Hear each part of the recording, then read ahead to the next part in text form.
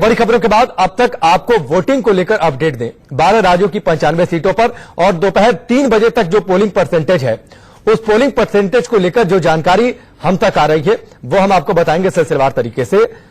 और साथ ही आपसे अपील भी है। अपील यह है कि अगर आपने अभी तक मतदान नहीं किया है तो जरूर घर से बाहर निकलिए और वोट डालिए। यूपी में 3 बजे तक 50.39% मतदान। तो इस वक्त की बड़ी खबर उत्तर प्रदेश में पोलिंग परसेंटेज को लेकर और साथ ही उत्तर प्रदेश की अलग अलग जगहों पर जो वोटिंग परसेंटेज को लेकर जानकारी आ रही है। अलीगढ़ में 48.80%, हाथरस में 49 से ज्यादा, आगरा में 49 से ज्यादा, फतेहपुर सीकरी जहां से राजबब्बर चुनावी मैदान में 49.7% मतदान। उत्तर प्रदेश में जो टोटल एवरेज है वो 50.39% वोटिंग का है। और अभी भी आखिरी के करीब 1 घंटे बचे हुए हैं। शाम 5 बजे तक मतदान। आप जरूर घर से बाहर निकलिए और अपना मत डालिए अगर अभी तक आपने मतदान नहीं किया है और आप इन सीटों पर से ताल्लुक रखते हैं, इन सीटों के इलाके में आते हैं जहां पर आज वोटिंग है। तो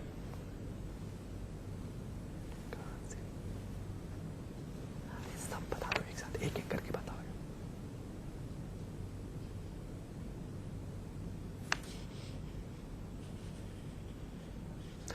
और चलिए, हमारे सहयोगी इस वक्त हमारे साथ जुड़े हुए हैं, सीधे उनका रुख भी करेंगे तमाम सहयोगियों के पास। आशीष सिंह हमारे साथ जुड़े हैं, यतेंद्र हमारे साथ जुड़े हैं और जतिन हमारे साथ जुड़े हुए हैं।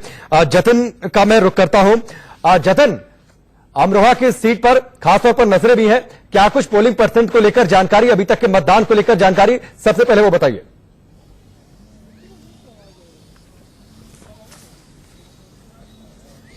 देखिए, 3 बजे तक की बात करें तो रिकॉर्ड मतदान हुआ है। अमरोहा ने बढ़ चढ़कर मतदान किया है। 54% की खबर है कि 3 बजे तक 54% मतदान हो गया है। हमारे साथ कुछ वोटर्स भी मौजूद हैं जिनकी उंगली आप स्पेशली देखिए कि ये वो स्याही है जो लोकतंत्र में बेहद जरूरी है और इनकी उंगलियों पर वो नजर आएगी। और अमरोहा के अगर समीकरण की बात करें तो यहां पर विकास के मुद्दे पर और राष्ट्र के मुद्दे पर, दोनों ही मुद्दों पर वोट किया गया है। जातीय समीकरण को हमने जब परखा समझा जाना यहां जाकर तो ऐसा लगता है कि जातीय समीकरण को लोगों ने नकार दिया है। सिर्फ विकास और राष्ट्रवाद के मुद्दे पर वोट किया है, जो हमने ऑब्जर्व किया पूरा दिन यहां पर रहकर। हमारे साथ जो वोटर्स जुड़े हुए उनसे सीधे बात कर लेते हैं। साहब, किस मुद्दे पर वोट दिया? विकास के मुद्दे पर वोट दिया है, देश के उस पर दिया है। यह है कि मोदी वगैरह ये हमारे देश के जो 5 साल में जितना डेवलप हुआ और कहीं इतना कभी किसी ने नहीं किया आज तक जितना मोदी जी ने किया है। आप बताइए, 5 साल में क्या मिला और क्या नहीं मिला अमरोहा को? सर, विकास मिला जी, विकास मिला अमरोहा में। क्या इस बार यही मुद्दा रहा, विकास का मुद्दा रहा? जी सर, विकास में मुद्दा है जी। कुछ महिलाएं भी हमारे साथ जुड़ी हुई हैं और आपको ये बता दें कि आधी आबादी का हिस्सा, और यहाँ पर अगर अमरोहा की बात करते हैं तो 48% के करीब इनकी हिस्सेदारी है वोटिंग में। मैम, किस मुद्दे पर वोट दिया आपने, ये जानना चाहेंगे? विकास के मुद्दे पर वोट दिया जी जी। तमाम महिलाएं आ रही हैं, हम देख रहे हैं। किस मुद्दे पर वोट दिया? विकास के मुद्दे पे। एक बार हम चाहेंगे आप भी स्याही दिखा दीजिए जो आपके हाथ में उंगली में लगी हुई है। और आप देख सकते हैं कि देखिए, तमाम जो लोग हमारे साथ मौजूद हैं वो उस स्याही को दिखा रहे हैं जो बदल सकती है। लोकतंत्र में बेहद जरूरी है वोट डालना, इसीलिए सभी जगह से अपील की जा रही है कि वोट जरूर करें। हालांकि 6 बजे तक वोटिंग होनी है और जरूर वोट करने आए, ये अपील अभी हम भी कर रहे हैं और तमाम जो प्रशासनिक अधिकारी हैं वो भी कर रहे हैं। जी ठीक है, चलिए मैं आशीष सिंह का रुख करता हूं। आशीष सिंह हमारे साथ बने हुए हैं। आशीष, एक हाई प्रोफाइल सीट पर आप मौजूद हैं। हेमा मालिनी को लगातार दूसरी बार यहां से मौका मिला है और आमतौर पर अगर मथुरा के चुनावी इतिहास को अगर देखते हैं तो मथुरा की जो जनता है वो हर बार अपने प्रतिनिधि को बदल देती है। समीकरण किस हिसाब से देखते हैं, इस बात की जानकारी और साथ ही पोलिंग परसेंट को लेकर?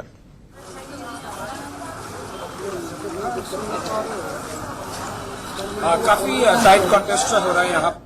तरफ हेमा मालिनी है बीजेपी से और दूसरी तरफ एसपी बीएसपी आरएलडी अलायंस से नरेंद्र सिंह और कांग्रेस कैंडिडेट महेंद्र पाठक। अभी फिलहाल यहाँ पर दर्शकों को मैं इससे पहले कि वोटर्स लोगों से बात करूं दिखा दूं, हम जवाहर विद्यालय इंटर कॉलेज के सामने हैं और जिस तरह से लोग यहाँ पर आ रहे हैं ये काफी ओवरवेलमिंग एक्सपीरियंस है क्योंकि बहुत ज्यादा यहाँ पर वोटर्स की तादाद है और ये केवल 1 घंटे या 2 घंटे की बात नहीं है। मैं पिछले लगभग 4 से 5 घंटे से अलग अलग पोलिंग स्टेशन पर यहाँ पर देख रहा हूँ काफी वोटर्स यहाँ पर। ये एक पोलिंग बूथ है। मैं अपने कैमरामैन से दरख्वास्त करूंगा कि आपको दिखाएं, ये एक पोलिंग बूथ है जहां पर इतने ज्यादा तादाद में वोटर्स आ रहे हैं और दैट शोज बेसिकली कि काफी इन्वॉल्वमेंट है, काफी लोग घरों से बाहर निकलकर बजाय धूप है, गर्मी है, फिर भी बाहर निकलकर आकर वोट कर रहे हैं। अब आइए कुछ वोटर्स से बात करने की कोशिश करते हैं। सर, आप भी वोट देने के लिए अंदर जा रहे हैं? हाँ जी, मैं भी वोट देने के लिए जा रहा हूँ अंदर, लेकिन मुझे जाने नहीं दे रहे। देखिए, वो कह रहे हैं मोबाइल का बहाना लगा दिया, आप मोबाइल नहीं ले जा सकते, मैं धूप में खड़ा हुआ हूँ। ये तो सिक्योरिटी ये देख लीजिए आप मुद्दों के बारे में अगर बात करें तो मथुरा के क्या क्या मुद्दे हैं, किस आधार पर आपको लग रहा है कि मथुरा वोट कर रहा है? देखिए, मथुरा का सबसे बड़ा मुद्दा है यमुना बहुत गंदी हो चुकी है। हम यमुना का जल नहीं पी सकते, यमुना का जल हम पी नहीं सकते, यमुना जल में हम नहा नहीं सकते, और मछलियां भी पहले मर गई थी बहुत सारी यमुना जी में।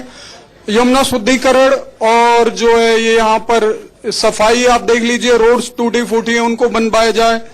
उसके अतिरिक्त इसको तीर्थ घोषित किया जाए। मथुरा ये जो है मथुरा को ये ब्रज है, इसकी महिमा पूरे संसार में जानी जाती है, लेकिन तीर्थ घोषित नहीं किया जा रहा है, इसको तीर्थ घोषित करवाना चाहिए। ओके, तो ड्रिंकिंग वाटर, सैनिटेशन यहाँ पर एक इशू है जो कि मैंने काफी लोगों से यहाँ पर लोकली सुना है। सर, आपके हिसाब से आप भी वोट देने अंदर जा रहे हैं जी, आपके हिसाब से क्या मथुरा के मुद्दे हैं? ड्रिंकिंग वाटर मैंने देखा है, ये काफी लोग बोल रहे हैं, उसके अलावा भी कुछ और? जब जिस देश में कहने में आदमी पानी खरीद के पीने लगे तो उस देश का दुर्भाग्य है। तो हम डेली के ना प्रतिदिन जो पानी खरीदते हैं, हम हाउस टैक्स, वाटर टैक्स किस लिए देते हैं? 5 साल ये हमारी सांसद रही ना हेमा मालिनी जी, लेकिन अभी तक उन्होंने पानी के बारे में, कैंट का खुद वो प्रचार करती है आरओ का, लेकिन किसी को आरओ का पानी मुफ्त नहीं मिला। चलिए ठीक है, आशीष आप हमारे साथ बने रहिए, आपके पास हम लौट कर आएंगे। यतेंद्र भी इस वक्त हमारे साथ जुड़े हुए हैं। यतेंद्र है अलीगढ़ से।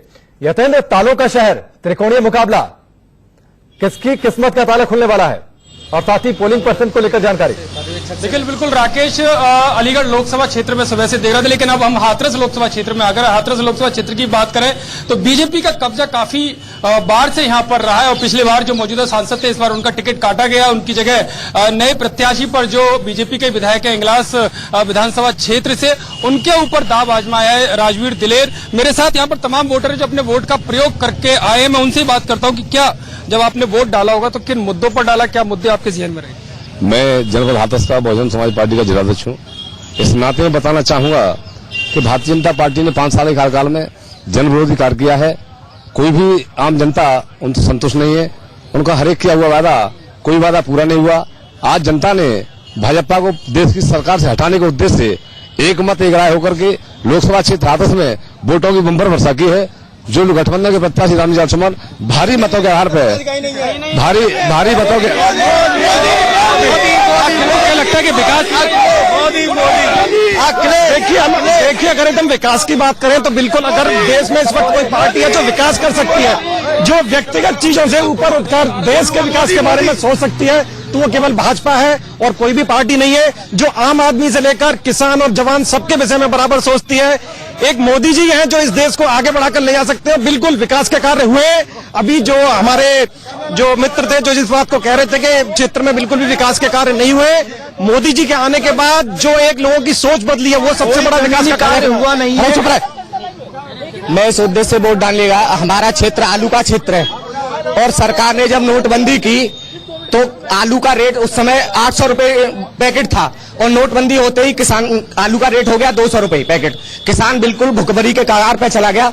उसके बावजूद किसान के लिए कोई नीति नहीं है।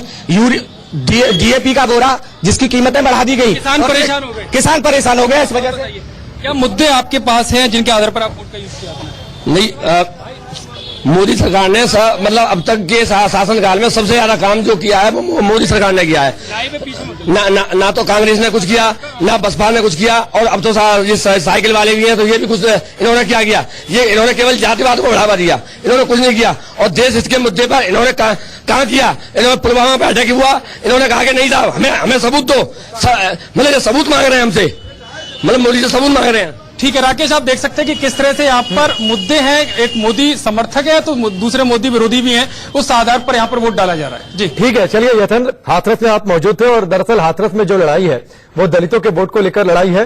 सपा बनाम बीजेपी लड़ाई यहां पर माना जा रहा है, लेकिन कांग्रेस भी यहां पर चुनावी मैदान में है, लेकिन मुख्य मुकाबला सपा और बीजेपी के बीच में। आप सभी हमारे साथ बने हुए हैं, रुकेंगे एक ब्रेक।